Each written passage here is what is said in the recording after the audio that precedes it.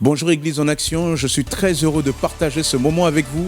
Vous êtes dans vos différents lieux de vacances, mais nous sommes rassemblés ensemble dans la présence de Dieu. Sans plus tarder, nous allons démarrer avec les enfants. Je le rappelle, en dessous de cette vidéo, vous pouvez télécharger les supports afin que les enfants participent pleinement à ce culte. Nous louerons le Seigneur ensemble et nous partagerons la Sainte Seine. Enfin, nous ouvrirons la parole de Dieu avec le pasteur Michel qui a un beau message à nous apporter ce matin. Nous approfondirons ce message avec lui avec de super témoignages. Restez connectés en Jésus. Bon culte à tous. Que Dieu vous bénisse.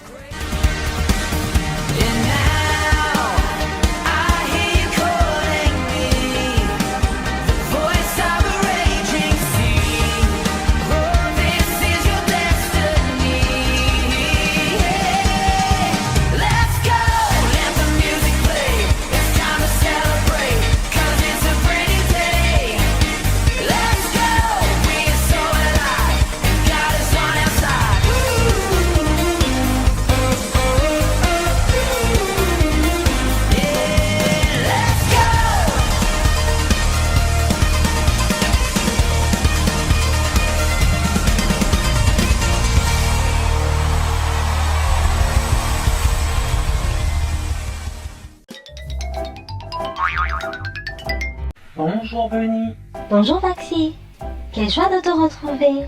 Moi aussi. Es-tu en pleine forme pour aller à la découverte de nouvelles choses au sujet de Dieu? Oui, l'apôtre Paul a compris combien Dieu aime les enfants, les femmes et les hommes qu'il a créés. Oui, Dieu veut partager la richesse et l'abondance qu'il y a dans sa maison avec nous. Comme un père partage ce qu'il a avec ses enfants. C'est ce que Paul va expliquer aux gens de son époque dans ses lettres. Écoute un peu.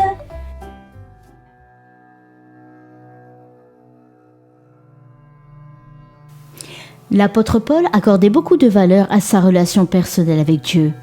Il trouvait extraordinaire que le Créateur de l'univers ait choisi de faire la démarche de l'adopter comme son fils.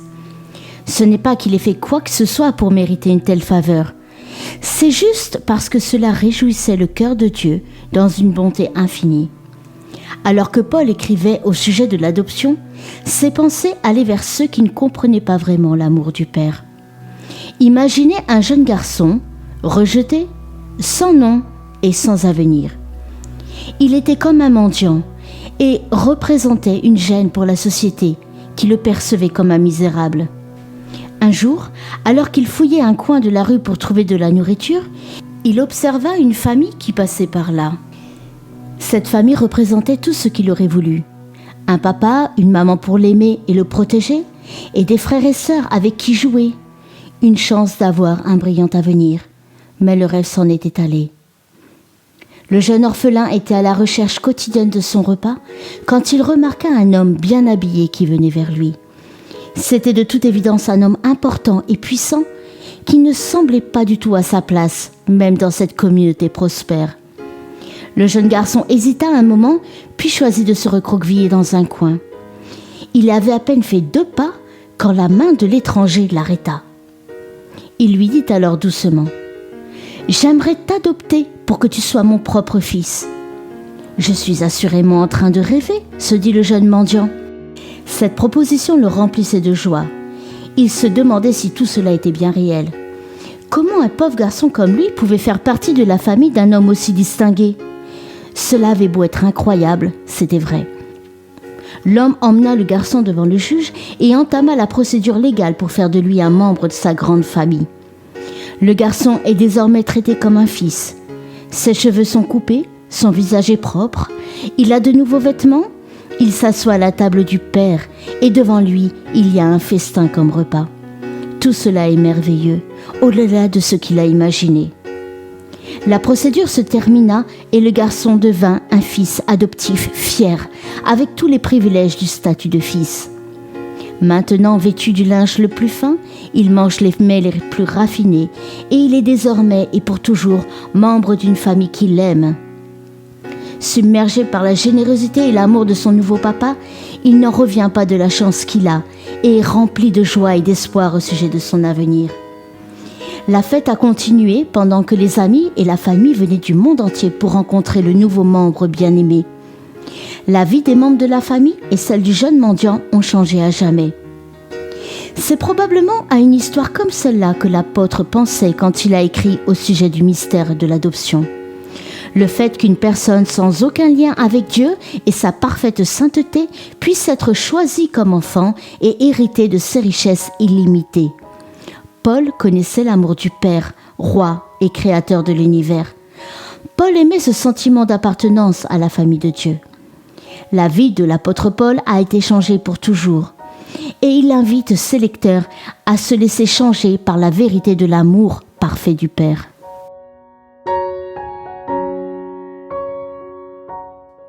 Incroyable! Quelle chance pour le garçon mondial! Quel changement de vie pour lui! Ce garçon a dû se sentir bien seul et livré à lui-même. Pas de famille pour prendre soin de lui, pas d'endroit comme une maison pour grandir en sécurité, personne pour veiller sur lui, pour le défendre ou le conseiller. Un homme qu'il ne connaissait pas lui a cependant proposé de l'adopter. Et cela va tout changer. Est-ce que ce garçon a dû faire quelque chose? A-t-il dû prouver qu'il était capable? Qu'il méritait cette adoption? Non, cet homme est venu vers lui et l'a aimé, tout simplement. Il est aimé pour qui il est, non pour quelque chose qu'il a bien fait ou réussi.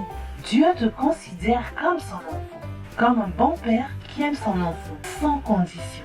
En l'adoptant, l'homme a donné au garçon son nom, son statut, son rang et un avenir. Si tu es enfant de Dieu, alors tu fais partie de la famille de Dieu. Tu prends son identité, il te donne son nom, tu deviens enfant du roi des rois. Et ce qui est au roi est à toi. Sa puissance est ta force. N'aie pas peur. Par la vie de son esprit en toi, tu deviens capable d'aimer, de choisir, d'obéir, d'être créatif et de t'épanouir. Ce garçon de l'histoire était rejeté et sans un sou. Il devient maintenant un fils et l'héritier d'une famille puissante. Réalise que tu n'es pas seul pour grandir dans cette vie sur la terre. Oui, tu peux lui faire confiance, motivé par l'amour et avec sagesse. Dieu te guidera dans les étapes de ta vie, comme un bon père enseigne à ses enfants ce qui est bon ou non pour eux. Oui, c'est écrit à tous ceux qui ont reçu Jésus, qui ont cru en son nom. Il a donné le pouvoir de devenir enfant de Dieu. Maintenant, retrouve tes activités. J'espère que tu as pu les imprimer.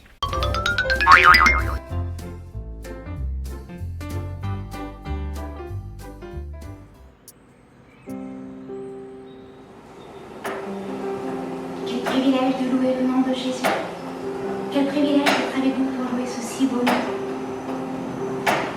La Bible nous dit en Actes 4:12 qu'il n'y a de salut en aucun autre nom, car il n'y a sous le ciel aucun autre nom qui ait été donné par lequel nous puissions être sauvés. Et ce nom, c'est le nom de Jésus. Ce nom est si merveilleux. Ce nom est si glorieux. Ce nom est victorieux. Ce nom est si merveilleux.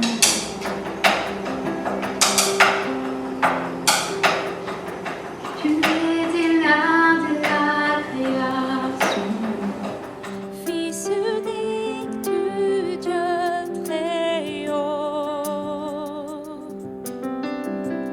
les mystères de ta gloire révélés en toi, Christ notre Seigneur.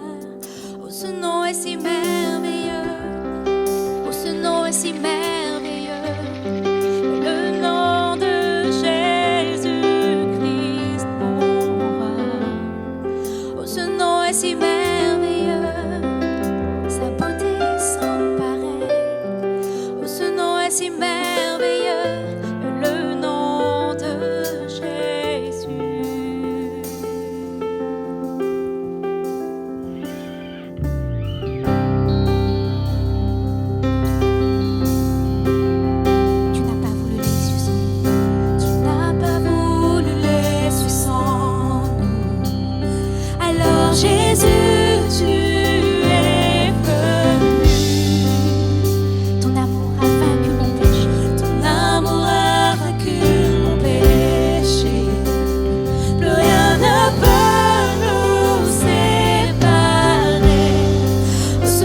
si glorieux, oh ce nom est si glorieux, le nom de Jésus-Christ mon roi.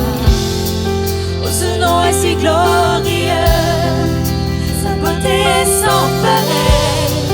Oh ce nom est si glorieux, le nom de Jésus. Oh ce nom est si glorieux, le nom de Jésus.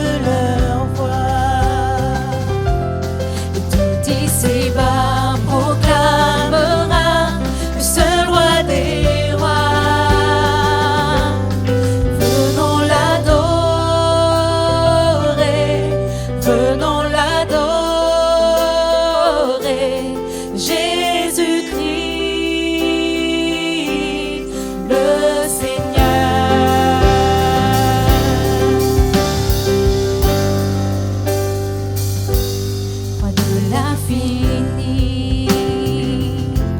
Tu vas revenir, et bien que la terre passera, tu subsisteras. Roi de l'infini, Tu vas revenir, tu vas revenir. bien que la terre passera, tu subsisteras. Venons l'adorer, venons l'adorer. Jésus-Christ, le Seigneur. Venons contempler,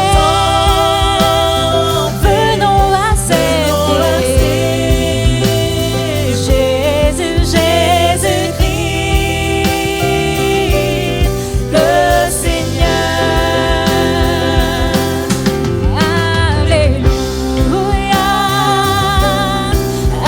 Alléluia. Tu es digne de louange. Chante Alléluia, Alléluia. Tu es digne de louange. Chante Alléluia, Alléluia. Tu es digne de louange. Alléluia, Alléluia, tu es digne de louange. Je viens contempler, je viens t'adorer, Jésus-Christ, mon Seigneur. Je viens contempler, je viens à tes pieds, Jésus-Christ, le Seigneur.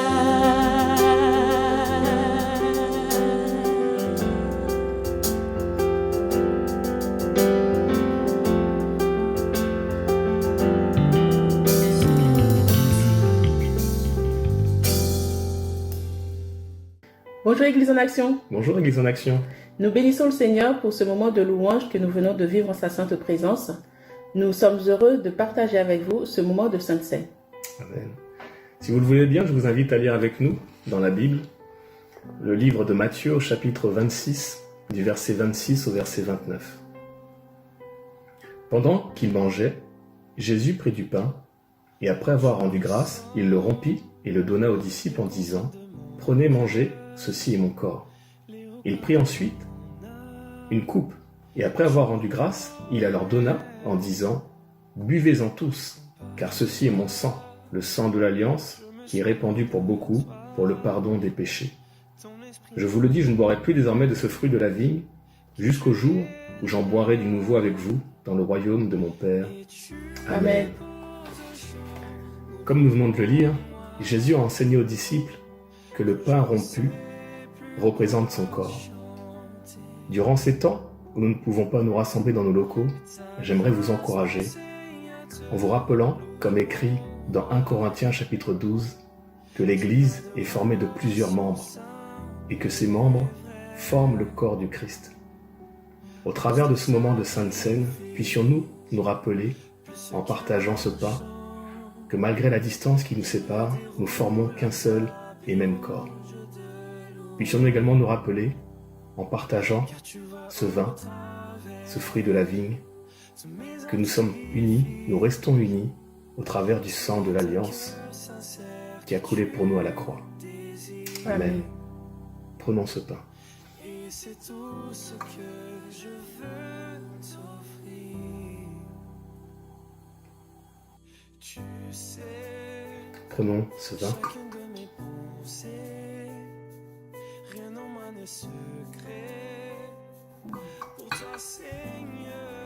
Si vous le voulez bien, nous allons prier ensemble.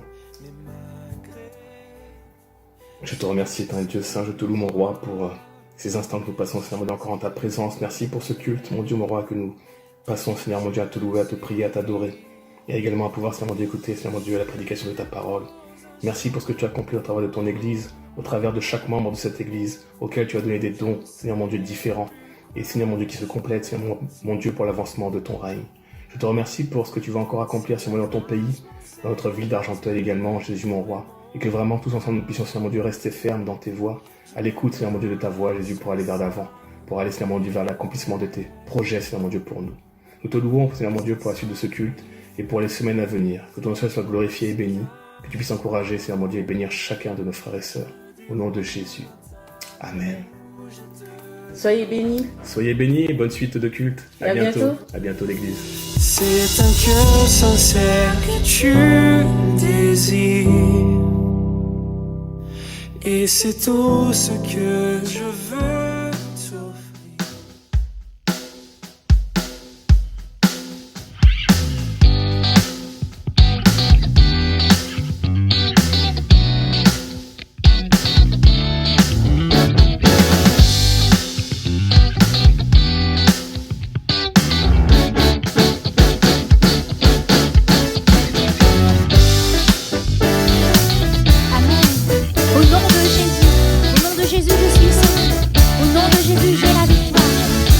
Jésus, je suis guéri.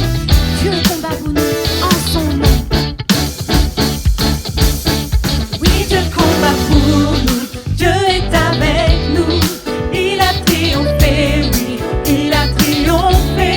Nous ne tremblerons pas, nous tiendrons debout. Jésus, tu es là. Il a porté nos fautes, couvert notre honte. Il a triomphé, oui. Il a triomphé, nous ne tremblerons pas, nous tiendrons debout. Jésus, tu es là. Je vivrai, oui, je vivrai, par la puissance du ressuscité. Demeure en moi, et je suis libre au nom de Jésus.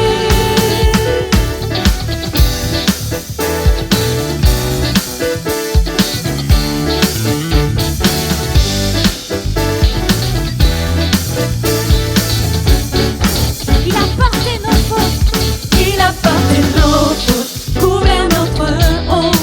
Il a triomphé, oui, il a triomphé. Nous ne tremblerons pas, nous tiendrons debout. Jésus, tu es là. Je vivrai, oui, je vivrai, car la puissance du ressuscité demeure en moi, et je suis libre au nom de Jésus. Je vivrai, oui, je vivrai, je peux chanter, Christ révélé et déclarer, je suis guéri au nom de Jésus.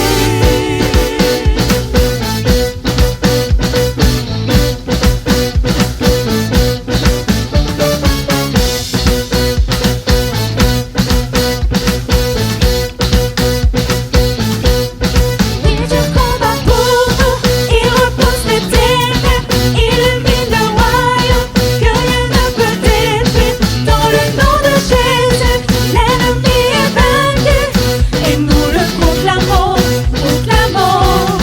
Oui, Dieu combat pour nous, il repousse les ténèbres, illumine le royaume, que rien ne peut détruire. Dans le nom de Jésus, l'ennemi est vaincu, et nous le proclamons, proclamons. Oui, Dieu combat pour nous, il repousse les ténèbres, illumine le royaume, que rien ne peut détruire. Dans le nom de Jésus, l'ennemi est vaincu, et nous le proclamons, je vivrai,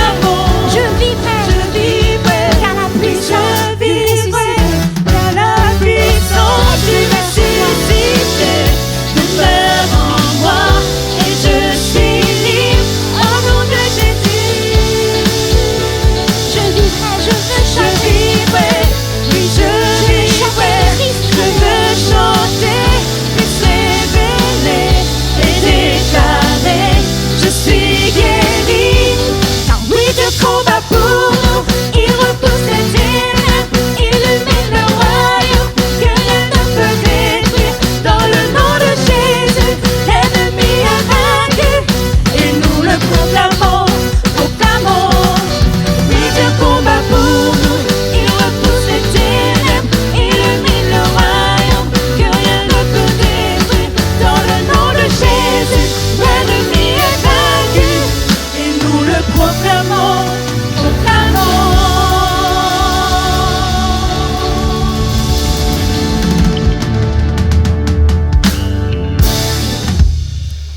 Je vous salue tous dans le nom de Jésus et je suis heureux ce matin de vous retrouver encore pour partager la parole de Dieu.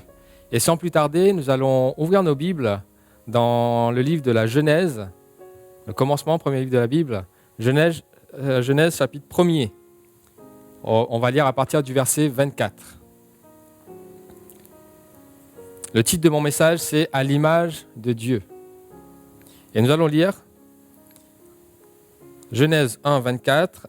Dieu dit que la terre produise des animaux vivants selon leur espèce, du bétail, des reptiles et des animaux terrestres selon leur espèce. Et cela fut ainsi.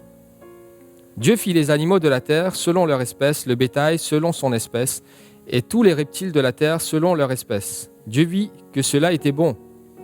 Puis Dieu dit, faisons l'homme à notre image, selon notre ressemblance, et qu'il domine sur les poissons de la mer, sur les oiseaux du ciel, sur les bétails, sur toute la terre, et sur tous les reptiles qui rampent sur la terre. Dieu créa l'homme à son image. Il le créa à l'image de Dieu. Il créa l'homme et la femme. Amen. Et avant de développer ce message, je vous renvoie à un précédent message que j'avais apporté quelques dimanches auparavant, qui nous parlait du sens de la vie. Si vous l'avez oublié, vous pouvez toujours aller le retrouver. Nous avons parlé du sens de la vie et j'avais développé l'aspect sens-direction. Parce que sens, ça peut être direction, ça peut être aussi signification. Nous avions vu un peu qu'il s'agissait de la direction de notre vie et de définir qui dirige notre vie. Et nous avons vu que l'important, ce n'était pas forcément de vivre longtemps, mais c'est d'accomplir ce pourquoi nous sommes là. Nous avons vu aussi que nous sommes des perles de valeur qui, même tombées dans la boue, restent une perle. La perle ne devient pas caillou. Il garde toute sa valeur. Et nous avions terminé ce message la dernière fois en disant que pour donner un sens à sa vie, non seulement fallait-il savoir où on va, comment y aller, mais aussi savoir qui nous sommes. Avant donc de définir nos actions, de définir une direction, nous devons d'abord définir notre identité. Et le fond de ce message, ça reste quand même dans la même idée du sens des choses. Et nous allons maintenant aborder un peu plus le sens signification, en découvrant un peu qui nous sommes. Et cette question est posée plusieurs fois dans la Bible. Qu'est-ce que l'homme ? Moi, c'est une question qui me fascine. Et j'arrêterai pas de parler de fouiller dans cette question et d'essayer de comprendre qu'est-ce que l'homme. Il y a dans Job, on le voit. J'ai énuméré un peu les versets, vous pouvez aller chercher. Dans Hébreux 2, 6, dans Job 7, 17, Job 15, 14, Psaume 8, 5, il y a David qui pose la question aussi. Qu'est-ce que l'homme ? Pourquoi en fait-on tant de cas ? Les philosophes ont observé, les philosophes ont réfléchi, et beaucoup ont essayé de donner une réponse à cette question. Et il y a le fait qu'il est impossible de donner une réponse à cette question sans l'idée de Dieu. L'homme est une équation impossible à résoudre sans l'idée de Dieu, sans y inclure Dieu. Sinon, on a des réponses erronées. Et plus on va chercher à comprendre l'homme, plus on sera amené à comprendre Dieu. En étudiant l'homme et ses caractéristiques, on peut déduire aussi quelques aspects de Dieu. Et plus on va être amené à étudier Dieu, et plus aussi on va comprendre l'homme. Donc l'un ne va pas sans l'autre. Mais qu'est-ce qui fait que l'homme est un être si à part, si différent de tous les êtres vivants ? L'expérience humaine est quelque peu singulière. Et là, nous venons de lire un récit, là, une partie du récit de la création. On a pris le verset 24. Et arrivé au verset 26, là, on est au 6e jour. 6e jour de la création. Le jour où Dieu créa l'homme. Déjà, on part du principe que l'homme est un être créé. Aujourd'hui, on ne va pas rentrer dans les débats de l'évolution, des théories, etc., évolutionnistes, créationnistes. Ce n'est pas mon propos ce matin. l'homme a été créé. Le 6e jour. Mais c'est aussi le jour où Dieu a créé les autres animaux de la terre. Les animaux de la terre, plutôt. Et nous avons vu un aperçu là, Dieu parle à la terre pour produire les animaux terrestres. Et il va utiliser la terre aussi pour former l'homme. Il semblerait, quand on va dans les définitions à l'origine, il semblerait que c'est la même terre dont il est question, la même poussière de terre. La Bible ne nous parle pas d'une terre spéciale avec laquelle il a formé l'homme. Mais la différence va commencer entre les animaux et les hommes dans la parole de Dieu, quand Dieu va commencer à parler.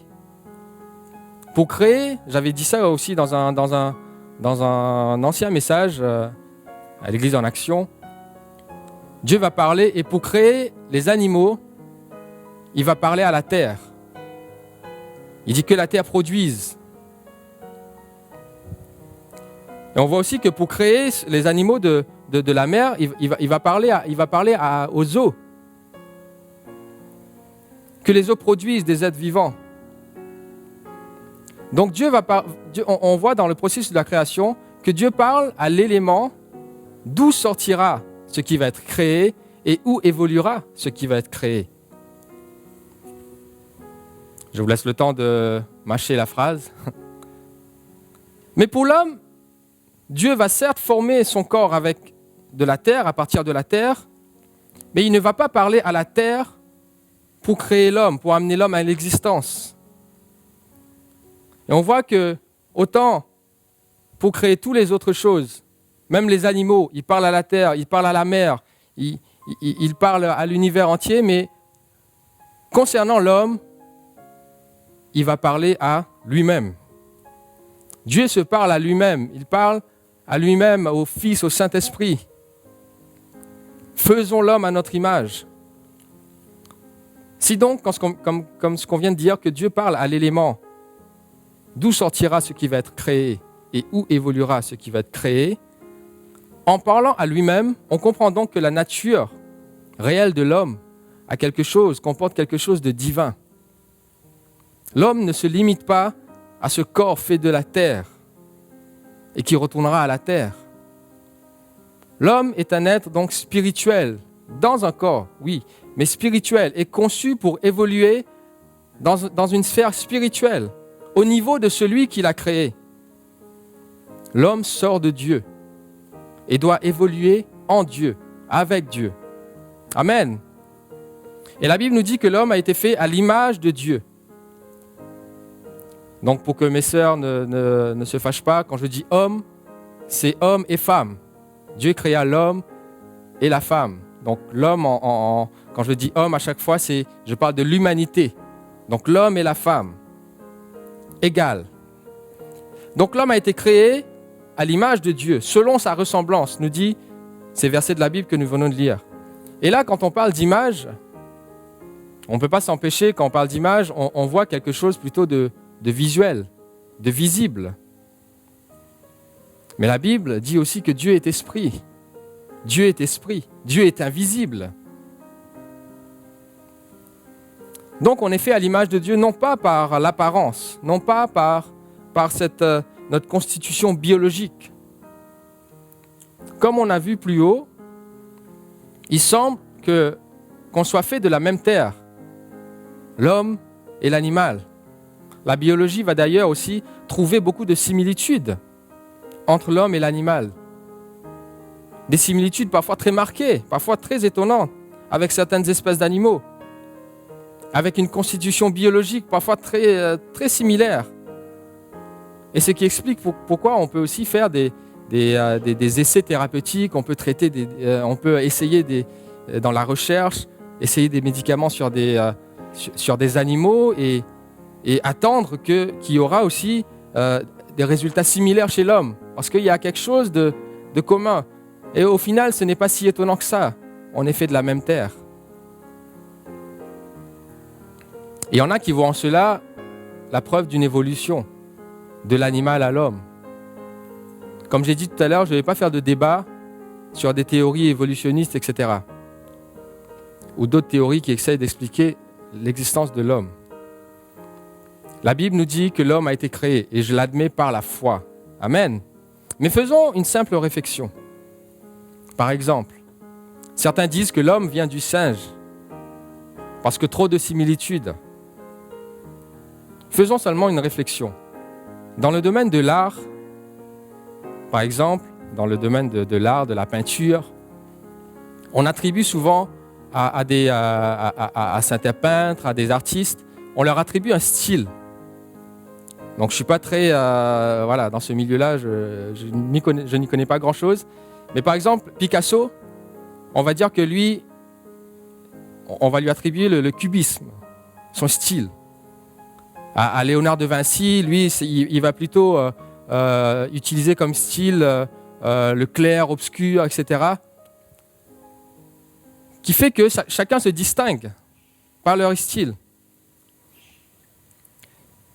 Et si on vous montre deux tableaux peints par Picasso, par exemple, ou par Léonard de Vinci, et qu'un tableau a été peint en 1910 et l'autre en 1940, par exemple, si vous êtes connaisseur, vous allez voir ces deux tableaux, vous allez dire « Ah, je vois là la patte de Picasso » ou « Je vois là le style de Léonard de Vinci ». Je reconnais, je regarde ces tableaux et je reconnais que c'est ce peintre-là. N'est-ce pas? Donc, deux œuvres qui comportent des similitudes veulent tout simplement dire, comme mon exemple le montre, veulent tout simplement dire qu'il y a un même et seul auteur, c'est tout. Donc, que les singes aient deux mains, deux jambes, le même nombre de doigts, un nez qui ressemble, etc., des similitudes anatomiques, ça ne veut pas dire que l'un vient de l'autre. Personne n'a dit que ce tableau-là a évolué pour donner l'autre tableau. Ce tableau-là a évolutionné. Voilà, il y a une évolution de ce tableau. Ce tableau-là est sorti de l'autre tableau. Non. On dit tout simplement c'est le même auteur qui a peint les deux tableaux. Il en est pareil dans notre réflexion. Ça veut dire juste qu'on a le même créateur. On a le même auteur. Il a le même style. Amen. On est à l'image de Dieu, à sa ressemblance. Non pas donc par notre apparence physique, non pas par notre constitution biologique, mais par notre nature spirituelle. Nous sommes à l'image de Dieu quant à sa nature spirituelle et morale. L'homme est doté de personnalité, de raison, de sens moral, d'intelligence, de sensibilité, de volonté. Et ces éléments de la personnalité de l'homme sont aussi ceux de Dieu. Dieu est une personne. L'homme est un être relationnel. Dieu est un être relationnel aussi.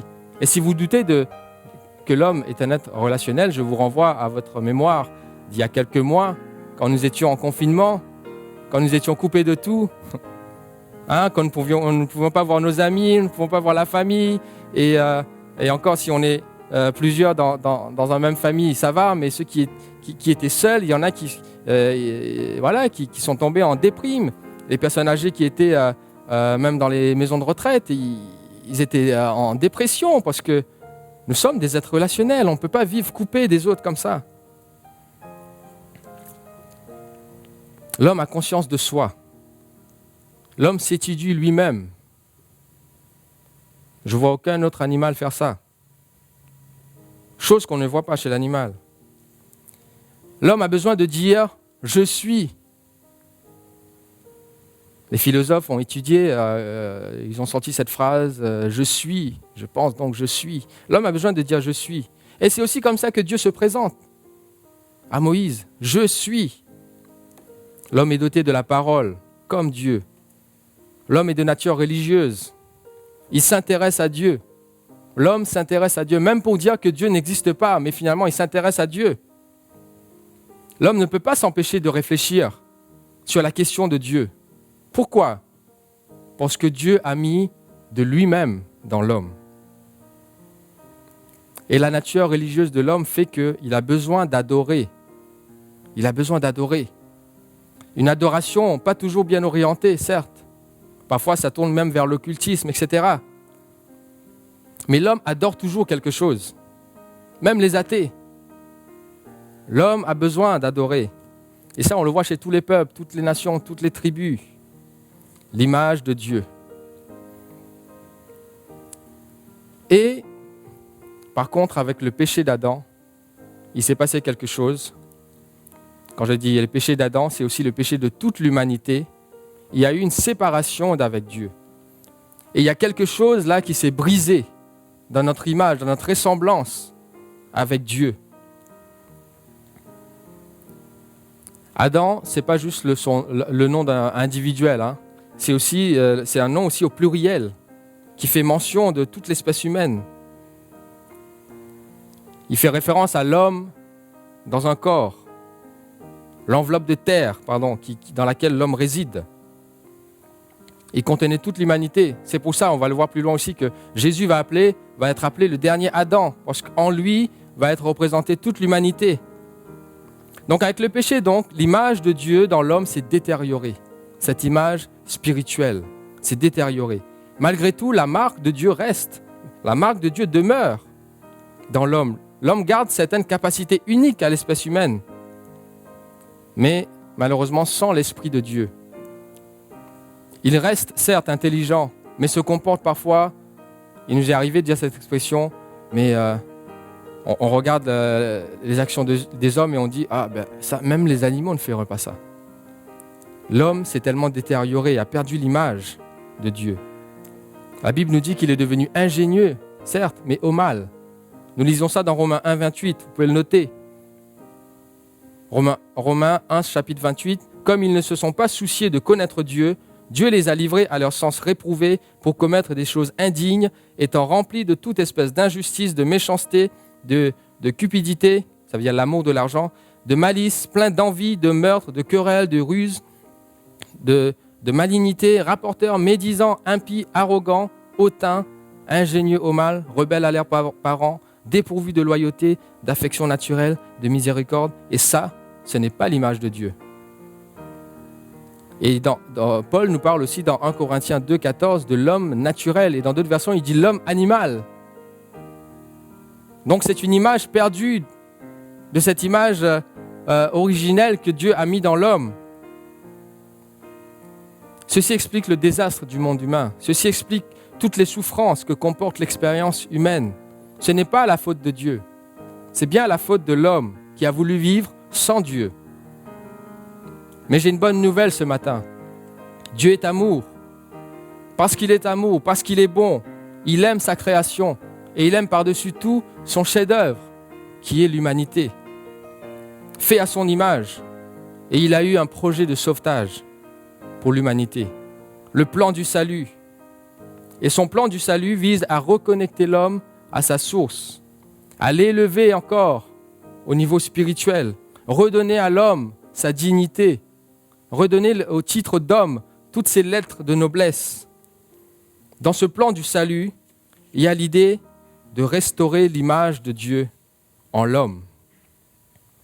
Il veut restaurer cette image de Dieu dans l'homme. Et pour cela, il va envoyer un modèle. Dieu va envoyer un modèle. Il a tant aimé le monde qu'il va envoyer un modèle qui s'appelle Jésus-Christ. Lui-même, Dieu lui-même en Christ, qui est l'image visible. On retrouve ce mot-là, image visible du Dieu invisible. Celui en qui Dieu a mis toute son affection. Et Colossiens, au chapitre 1, va nous dire celui en qui toutes choses ont été créées, toutes choses qui sont sur la terre, qui sont dans les cieux, et en qui toutes choses subsistent. Et parce qu'en lui, toutes choses ont été créées, en lui, toute chose peut se récréer. Amen. Il y a un espoir. Et en Christ, Dieu va révéler à l'humanité sa conception originelle de l'homme, de ce que c'est un homme. Le modèle parfait, en action, en parole. Et Hébreux 1.3 va nous dire quelque chose d'extraordinaire, que le Fils, donc Jésus-Christ, est le reflet de la gloire de Dieu. Il est l'empreinte de la personne de Dieu. Et le plan de Dieu, c'est que toute l'humanité puisse ressembler à Jésus, puisse être comme Jésus. Et Jésus va être ce chemin qui mène vers Dieu, qui ramène l'homme à l'état où il devrait être. et Jésus appelé le dernier Adam, va permettre une création nouvelle de l'homme. Lui, sans péché, va payer pour la sentence, du péché de l'humanité entière. Cette sentence, c'est la mort. Il va passer par là et il va ainsi détruire ce qui a détérioré l'image de Dieu en l'homme. Il va le faire à la croix, par sa mort. Et là, permettre à l'homme d'être restauré. Amen. Et la condition, c'est d'accepter ce plan de sauvetage. La condition, c'est d'accepter Christ comme sauveur, d'accepter de le suivre. Le suivre, c'est devenir comme lui au final. La finalité, c'est que nous soyons semblables à lui, parfaitement comme lui. Et pour cela, il vient lui-même vivre avec nous. Il vient vivre en nous. Nous abandonnons notre ancienne vie pour vivre la sienne. Amen. N'est-ce pas une bonne nouvelle? Et on va aller un peu plus loin, retrouver l'image de Dieu en regardant par le miroir de Christ. Comme vous voyez l'illustration qu'on a mis là, c'est un petit chat qui regarde dans son reflet dans l'eau. Et au lieu de voir un petit chat, le chat il voit un lion. Voilà, c'est une image parabole. Nous lisons dans 2 Corinthiens 3, 18, qui nous dit ceci. La version Louis II. Nous tous qui, le visage découvert, contemplons, comme dans un miroir, la gloire du Seigneur, nous sommes transformés en la même image, de gloire en gloire, par le Seigneur l'Esprit. La question que je vous pose, dans un miroir, qu'est-ce qu'on voit? On voit soi-même. Dans le miroir, je vois mon propre reflet. Mais Christ, en nous, fait refléter la gloire de Dieu. Et plus nous le contemplons, pas nous-mêmes, plus nous contemplons Christ, plus nous sommes transformés en la même image, de gloire en gloire, par l'Esprit de Dieu. Nous sommes donc porteurs de la gloire de Dieu. Et aujourd'hui, on ne va pas développer ce thème-là, mais cela implique beaucoup de choses. Ça veut dire que nous portons la réputation de Dieu. Dieu ne va pas te laisser tomber parce qu'il y a sa réputation qui est en jeu. Il y a sa marque. C'est comme quand on achète un appareil Apple. Si quelque chose ne fonctionne pas, Apple il est prêt à débourser de l'argent pour que ça fonctionne. Parce que c'est sa réputation qui est en jeu. Donc j'ai dit qu'on n'allait pas aller plus loin dans ce sens-là aujourd'hui, mais nous sommes porteurs de la gloire de Dieu, peut-être dans un autre message. C'est Christ qu'il faut regarder pour trouver le bon reflet de soi-même. Sinon, on se trompe sur notre vraie identité. Je vous rappelle l'histoire du vilain petit canard, que les tout petits même connaissent. Le vilain petit canard, on l'a défini comme ça, parce qu'il n'avait pas le bon reflet de lui-même. Il n'était ni vilain, ni petit, ni canard. C'est juste qu'il se définissait face aux mauvais vis-à-vis, les canards. Mais en grandissant, il va se retrouver face à sa vraie identité, sa vraie image. Et il va découvrir qu'il est un beau grand cygne. Et pour conclure, j'aimerais conclure avec cette phrase: rendez à Dieu ce qui est à Dieu. À un moment donné, il y a les disciples qui vont demander à Jésus, vous lirez ça dans Matthieu 20, 22, 20 à 21, ils demandent à disciples, est-ce qu'on doit payer, les disciples demandent à Jésus plutôt, est-ce qu'on doit payer les impôts? Est-ce qu'on doit payer des taxes? Et puis Jésus va prendre une pièce avec laquelle il faut payer l'impôt, et Jésus va leur demander de qui sont cette effigie et cette inscription. Il y a l'image de qui sur la pièce? Et ils vont répondre, mais de César. Alors Jésus va leur dire, rendez donc à César ce qui est à César, et rendez à Dieu ce qui est à Dieu. Parce que sur cette pièce était l'image de César, Jésus dit qu'il faut rendre cette pièce à César, parce qu'elle lui appartient. Toi, tu appartiens à Dieu. Tu appartiens à celui dont tu portes l'image. Nous portons donc l'image de Dieu. Nous appartenons donc à Dieu. Nous ne serons au bon endroit qu'en étant avec Dieu. Notre vraie valeur s'exprime quand nous sommes entre les mains de Dieu. Et notre vie prend tout son sens quand nous sommes avec Dieu. Tu portes l'image de Dieu, rends à Dieu ce qui est à Dieu. Reviens à lui. Notre adoration ne doit être portée que vers lui et personne d'autre. Amen. Voilà le message que je voulais vous laisser ce matin, que nous sommes à l'image de Dieu. Et ce matin, peut-être tu as une image dégradée de toi-même, un reflet qui ne te plaît pas. Je parle de maquillage et de make-up et tout ça. Je parle de cette image de ton âme que tu te fais de toi-même. Tu te sens dégradé, tu te sens petit, faible, mais tu es fait à l'image de Dieu, à sa ressemblance. Et il veut te révéler vraiment qui il est. Et il veut venir vivre en toi. Accepte son plan de salut, accepte ce plan de sauvetage, qu'il restaure l'image.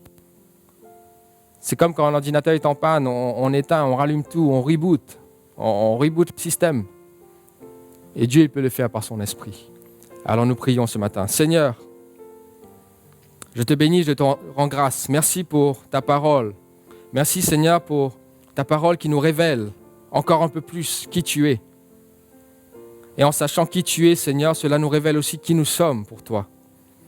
Merci Seigneur que cette parole, Seigneur, puisse avoir un impact dans la vie de ceux qui écoutent. Oui Seigneur, ceux qui se sentent loin, ceux qui se sentent sales, ceux qui se sentent vraiment dégradés. Oui Seigneur, dans leurs conditions humaines. Mais ce matin, Seigneur, tu nous rappelles que nous venons de toi. Et notre seule place, Seigneur, la seule place, le seul endroit, oui Seigneur, qu'il est bon d'être, c'est à tes pieds, c'est d'être là avec toi, c'est de nous reconnecter à toi. Alors Seigneur, viens visiter, Seigneur, ces personnes qui sont là et qui se demandent pourquoi ils sont là. Que vraiment tu leur parles maintenant dans leur cœur. Que ton nom soit glorifié. Merci encore, merci Seigneur Jésus. Amen. Voilà, que Dieu vous bénisse.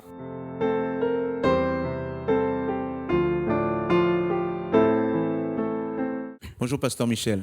Bonjour Pasteur Sosten. Comment vas-tu?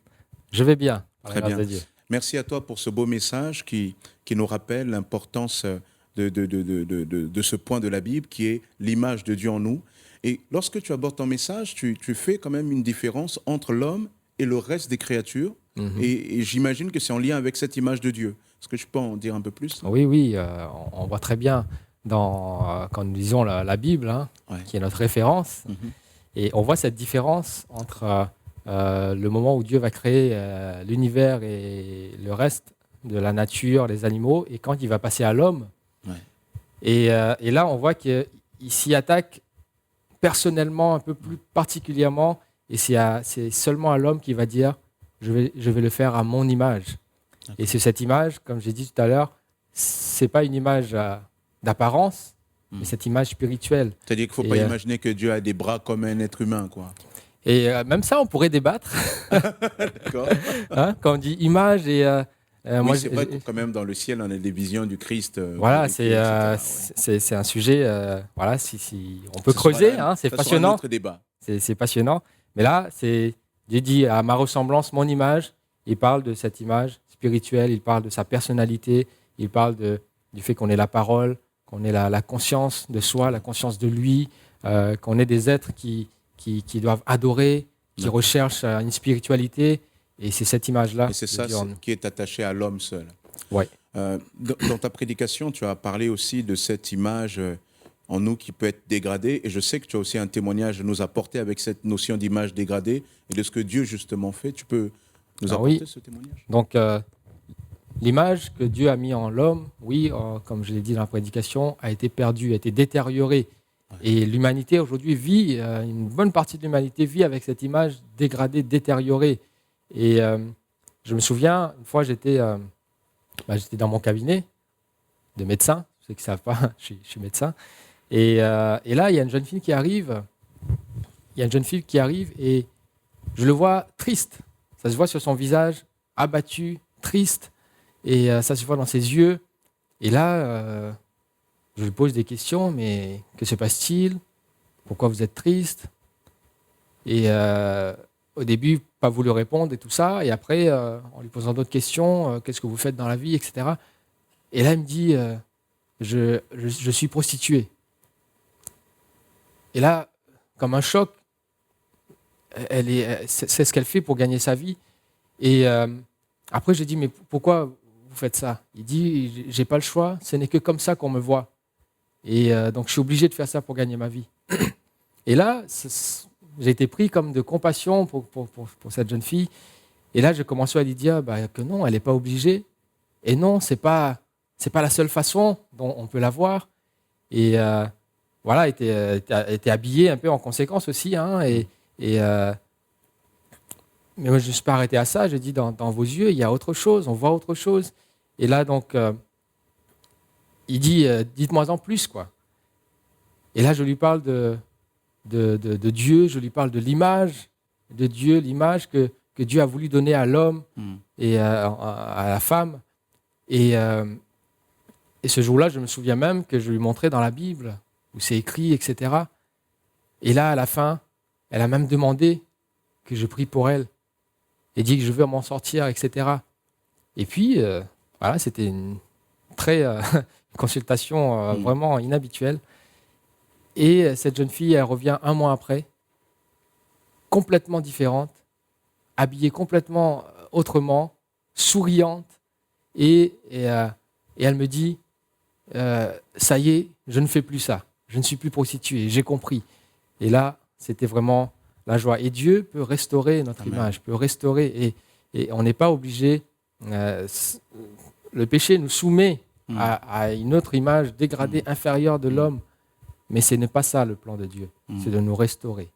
Ça c'est un témoignage vraiment puissant de ce que Dieu fait. Hein. Et je me dis, mais on en rencontre aussi des cas, quelques cas dans les cabinets de médecins. Ah ouais, ça, il y en a des histoires. Il faut faire un livre. Ah, c'est étonnant. Hein. Et quand tu témoignais comme ça me fait dire que vraiment, souvent on parle de restauration de l'image. On a beaucoup d'émissions sur mieux se maquiller. Vous avez souvent ces émissions où la personne ne prend pas soin d'elle. Et voilà, on la maquille, on la fait ceci. Et on espère comme ça changer, mais en fait, on change la surface. Et là, c'est un puissant témoignage parce que c'est quelqu'un qui a pris conscience de ce qu'elle est profondément. Quoi. Voilà. Et du coup, ça a changé l'extérieur. Voilà. Beau témoignage. Autre chose que tu as dit tout à l'heure aussi en parlant de cette phrase de Jésus qui est récupérée même dans le monde profane. Souvent, certains ne savent même pas que c'est Jésus qui l'a prononcé. Où il a dit « Rendez à César ce qui est à César et à Dieu ce qui est à Dieu ».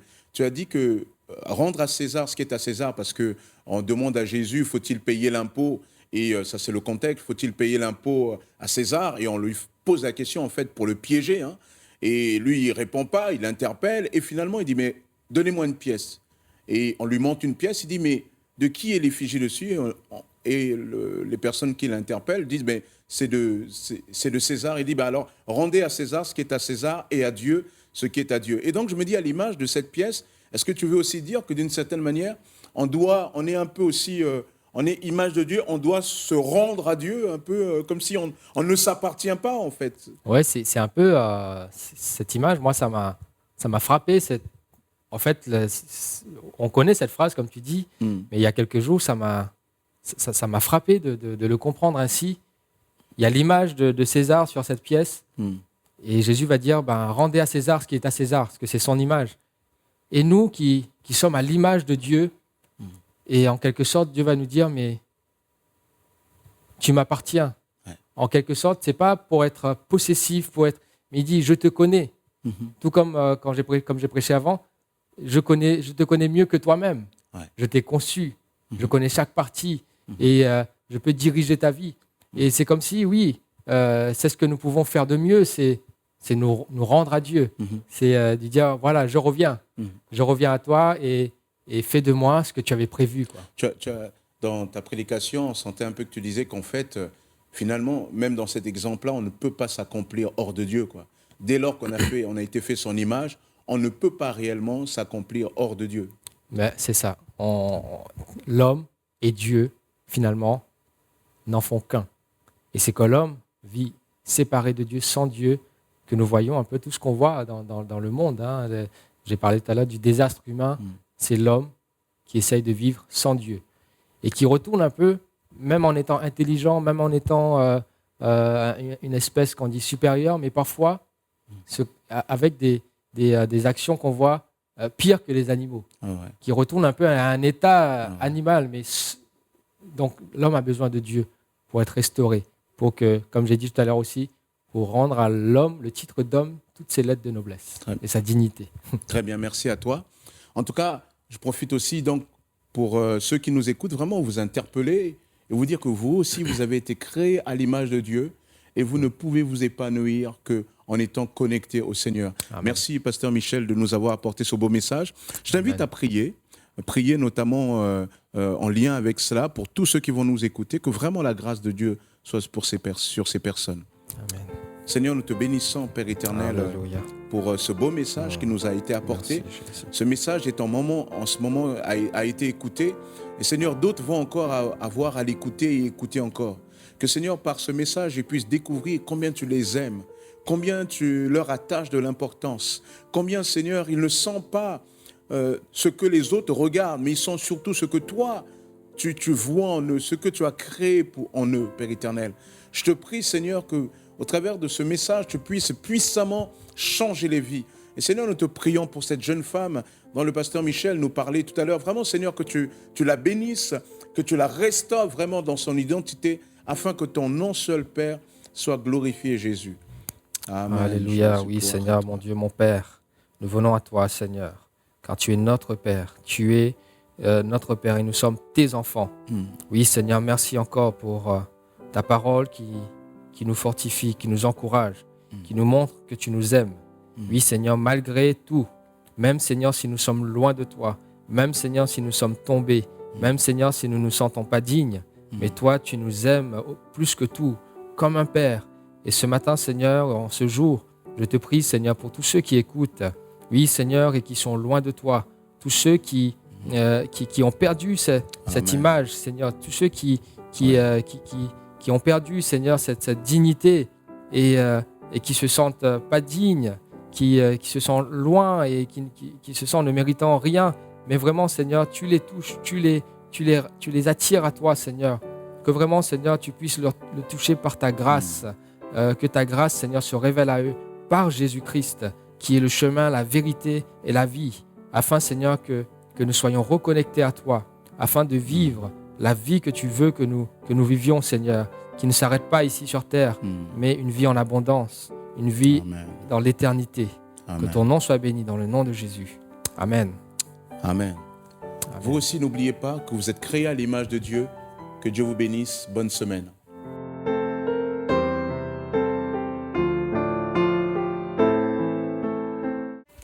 Merci au pasteur Michel pour ce beau message. Merci aussi pour ce beau témoignage à la fin qui vraiment montre que notre Dieu est celui qui nous transforme en profondeur.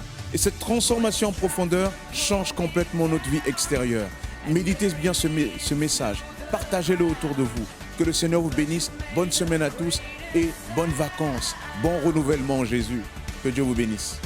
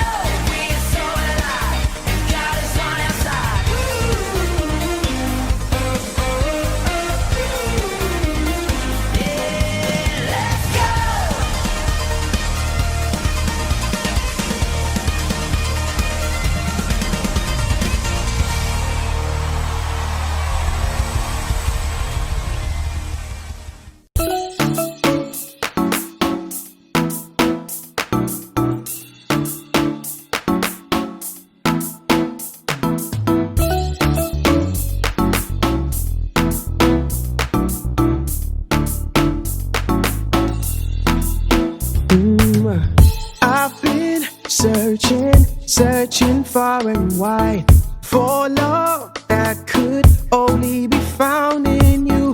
Perfect always is your unfailing love. It's all in you, my Jesus. Never changing, never failing. Yeah, yeah, yeah. Your love is all. Chers frères et sœurs, depuis le confinement, lundi, mercredi, vendredi, nous avons pris l'habitude de nous retrouver de 7h30 à 8h dans un temps de prière Let's Pray. À partir du mois de juillet, c'est-à-dire à partir de cette semaine, nous nous retrouverons dans un seul Let's Pray les mercredis de 7h30 à 8h. Comme d'habitude, vous pourrez aller sur notre chaîne YouTube Église en Action et il y aura une vidéo en lien avec ce temps de prière. Il faudra cliquer en dessous de cette vidéo qui vous amènera dans notre conférence Zoom. Ce moyen nous permet de prier ensemble en nous écoutant, en nous voyant les uns et les autres. J'ai hâte de vous retrouver mercredi prochain de 7h30 à 8h et dorénavant tous les autres mercredis tout le long de cette semaine jusqu'au mois de septembre. Que Dieu vous bénisse. Restez connectés en Jésus.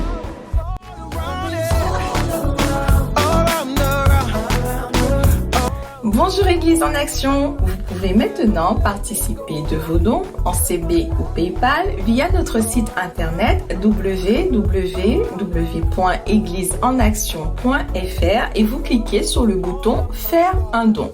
Autre possibilité, par virement selon les coordonnées bancaires reprises dans la description de la vidéo ci-dessous, ou par chèque à établir à l'ordre de Église évangélique d'Argenteuil ou Église en Action à envoyer au 29 boulevard Karl Marx 95 100 Argenteuil.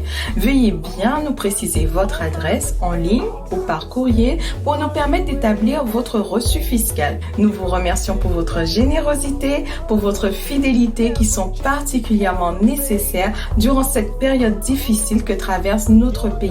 Aussi, Église en Action continue. Que Dieu vous bénisse. Never changing, never failing.